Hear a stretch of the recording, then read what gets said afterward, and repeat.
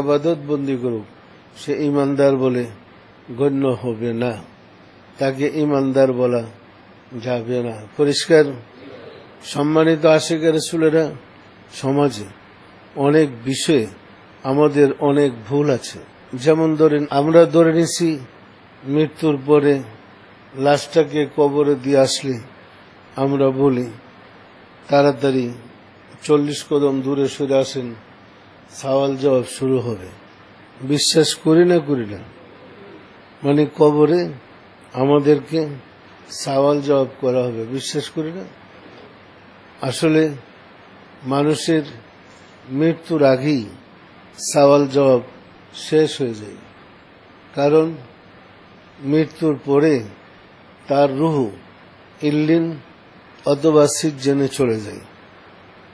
দেহ থেকে রুহটা বের হলে এই রুহটাকে আর বাহিরে থামিয়ে রাখা যায় না, বের হওয়ার সাথে সাথে রুহটা ইল্লিন অথবা সিজ্জিনে চলে যায়। মৃত্যুর পরে রুহ যদি ইল্লিন এবং সিজ্জিনে চলে যায়, তো কবরে কখন তার সওয়াল জবাব হবে?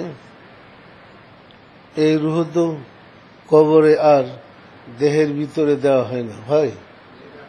দেহের ভিতরে দেওয়া হয়। সুতরাং পরিষ্কার মনে রাখেন, আপনার মৃত্যুর সময়ই আপনার ঈমানের পরীক্ষা শেষ। পরীক্ষা পাশ করতে পারলে আপনার রুহ যাবে শান্তিময় স্থান ইল্লিনে। পরীক্ষা ফেল করলে আপনার রুহ যাবে দুঃখময় স্থান সিজ্জিনে। পরিষ্কার? মৃত্যুর পরে কবরের মাঝে আবার বসাইয়া সওয়াল জবাব, অবান্তর কথাবার্তা। আসলে ধর্ম না জানার কারণেই আমরা এইসব মত অবলম্বন করছি। মূল ঘটনা হচ্ছে, রাসূল সাল্লাল্লাহু আলাইহি ওয়াসাল্লামের যুগে ইসলাম ধর্মে কেন মানুষকে কবরস্থ করা হচ্ছে? এই কবরস্থের কারণ, একটা মানুষ যদি মারা যায়, মৃত্যুর পরে অল্প সময় পরে তার দেহটা পয়সা ফাইটা যায়, দুর্গন্ধযুক্ত হয়ে যায়, এখান থেকে ব্যাকটেরিয়া ছড়ায়, যা রোগ জীবাণু মানুষের রোগের কারণ হয়। অন্যদিকে যার পিতা ইন্তেকাল করেছে, পিতাকে যদি এমনি রেখে দেয়, কুকুরে খাবে, শিয়ালে খাবে, কাকে খাবে, শকুনে খাবে, দেখতেও তো বিশ্রী না সুশ্রী? আল্লাহ রাসূল ছিলেন শ্রেষ্ঠ বৈজ্ঞানিক। তিনি কৌশল করে মৃত পিতা মাতাকে কিভাবে কবরস্থ করা হবে সেই ব্যবস্থার বিধান চালু করলেন এইভাবে, তাকে সুন্দরভাবে গোসল করে কাফনের কাপড় পরে মাটিতে শোয়াই দিবে। দেওয়ার পরে তাকে যখন মাটি দিয়ে ঢেকে রাখবে, দেহটা যদি পয়সা যায়, দেহ থেকে যে ব্যাকটেরিয়ার জন্ম হবে, মাটিতে সে ব্যাকটেরিয়াগুলো নষ্ট হয়ে যাবে, অন্য মানুষের ক্ষতির কারণ হবে না, এবং আত্মীয় স্বজন, মা বাপ, ভাই বোন বিবস্ত্র অবস্থায় মা বাপকে দেখলো না, ভাই বোনকে দেখলো না, যত্নের সাথে কবরস্থ করছে। এটা করা হয়েছে বৈজ্ঞানিক কারণে। আপনার দেহটাকে চাপা দেওয়া হয়েছে মাটিতে, যেন এটা দেওয়া রোগ জীবাণু না সরে। এটার এই তিলের তাল বানাইয়া বসাইয়া সওয়াল জবাব, গর্জন মারা শুরু, আবার হাতে পেরাক মারতেছে, সাপে কামড়াইতেছে, এইসব গাঁজাখুরি গল্প। এগুলো নাবালকদের কথাবার্তা, যাদের ধর্ম সম্বন্ধে জ্ঞান নাই তাদের। তাহলে আপনাদের মনে প্রশ্ন আসতে পারে, কবর আযাব কি মিথ্যা? কবর আযাব মিথ্যা? নিশ্চয়ই না, কবর আযাব সত্য। তবে কোথায় আযাবটা হয়? রুহের উপর আযাবটা হয়। রুহ যেখানে যায়, দুঃখময় স্থানে গেলে এটা সিজ্জিনে, ওইখানে তাকে কষ্ট দেয়। শান্তিময় স্থানে গেলে ইল্লিনে, ওইখানে শান্তিতে রাখে। পরিষ্কার না? হ্যাঁ, দেহের সাথে রুহের একটা যোগাযোগ থাকে, কারণ দীর্ঘদিন 60, 70, 100 বছর বা 90 বছর, 50 বছর এই দেহের ভিতরেই আপনার রুহটা অবস্থান করেছিল। ফলে ওই রুহটা যোগাযোগ রাখে দেহের সাথে খোঁজ খবর নেই দেহের কি অবস্থা, পরিষ্কার না পরিষ্কার না? সম্মানিত আশিকে রাসূলেরা, একজনের যদি 10টা বাড়ি থাকে, এই ব্যক্তিটা 10 বাড়িতে তো থাকেন একসাথে, এক জায়গায় থাকে, কিন্তু মাঝে মাঝে সব বাড়ি যাই ভিজিট করতে, দেখতে। এরকম হলেই তো ভালো, কি কন? 10 বাড়িতে রাখতে পারবেন এক বেটারে? একসাথে রাখা সম্ভব?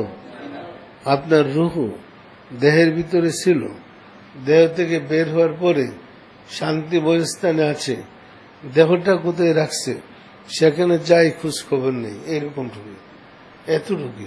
অনেক সময় কবর আযাব দেখে মানুষ বেহুশ হয়ে যায়। আমাদের জমানেও বাবা চন্দ্রপুরীর দরবারে অনেক জাকের ভাই কবর আযাব দেখে বেহুশ হয়ে যেত। তাহলে কবর আযাব হয় না, বেহুশ হয় কেন? কি বলেন? তাহলে দেহটার উপরে গর্জন মারা শুরু। আপনারা বিশ্বাস না হয়, এই পাশে আজিমপুরে কাছে না, আজিমপুরে 3 মাস পরে একবার বুলডোজার দিয়ে সবগুলা কবর ভাঙে। ভাঙ্গার পরে কোনোদিন একটা সাপও বেরিল না, কোনোদিন এখানে প্যারাক বেড়ে রাখছে যে এরকম কোন চিহ্ন পাওয়া গেল না। তাহলে কিসের কবর আযাবটা কিসের? অর্থাৎ আত্মার যে কষ্ট, আত্মার যে শাস্তি, আত্মার যে দুর্ভোগ, মূলত এটাই কবর আযাব। পরিষ্কার?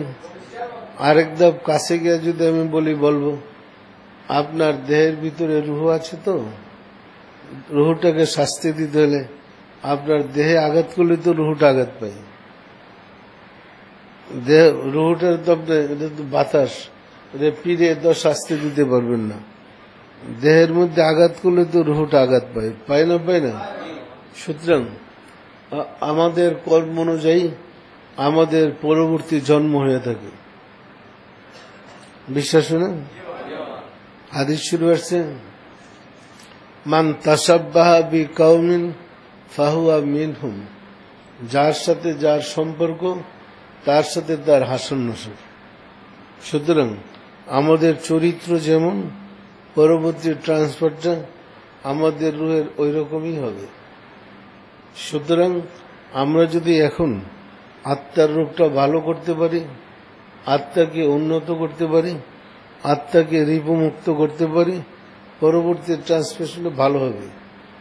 আর যদি আমাদের আত্মা কলুষিত থাকে, মুক্তির যোগ্য করতে না পারি, পরবর্তী জন্মে আমাদের কষ্ট ভোগ করতে হবে। বিশ্বাস হয়? বিশ্বাস হয়? আমাদের এখানে অনেক আশিকে রাসূল আসে, এরা জানে, দেখতে পারে, বুঝতে পারে রূহ কোথা থেকে কোথায় যায়, কিভাবে যায়, কোথায় আসে, কোথায় যায়। পরিষ্কার না? পরিষ্কার না?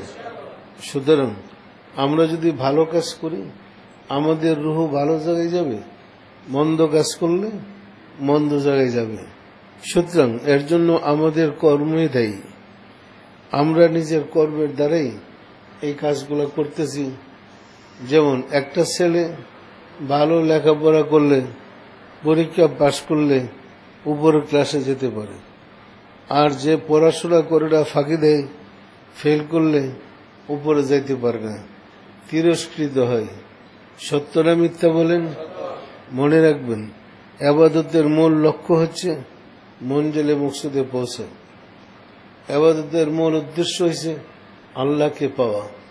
আল্লাহকে পাওয়ার জন্যই সাধনা, আল্লাহকে লাভ করার জন্যই ইবাদত।